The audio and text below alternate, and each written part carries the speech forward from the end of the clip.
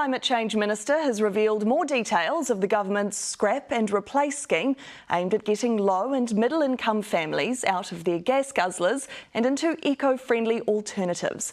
But there are concerns the proposed subsidy won't be nearly enough to convince people to take the leap. Zane Small reports. Aotearoa's first emissions reduction plan unveiled yesterday with big promises. The $2.9 billion package includes $500 million to give low-income whānau cash returns when they trade in their gas guzzlers for green alternatives. In the trial, they're looking at about something on the order of $6,000 to $10,000 per vehicle. In some cases, people might be able to use that to subsidise public transport or to buy e-bikes. The proposal getting a positive response from some Aucklanders. Yeah, I think that's something that would be ideal.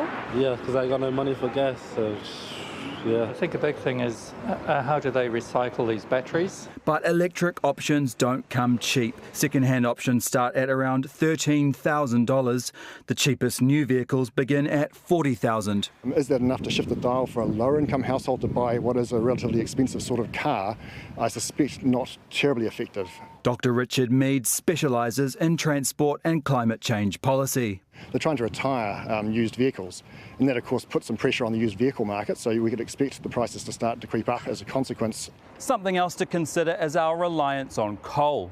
Electricity generation accounts for the largest amount of domestic coal use in New Zealand, meaning coal could be powering this. It has to be phased out, and we can phase it out. And if we're serious about this climate catastrophe, this climate emergency, we need to start looking at that. More than 1 million tonnes of dirty coal was imported in 2020, but the government doesn't plan to phase it out completely until 2037. And that is at least 10 years too late. Aotearoa making a stand against the climate crisis, but not as ambitious as some hoped. Zane Small, Newshub.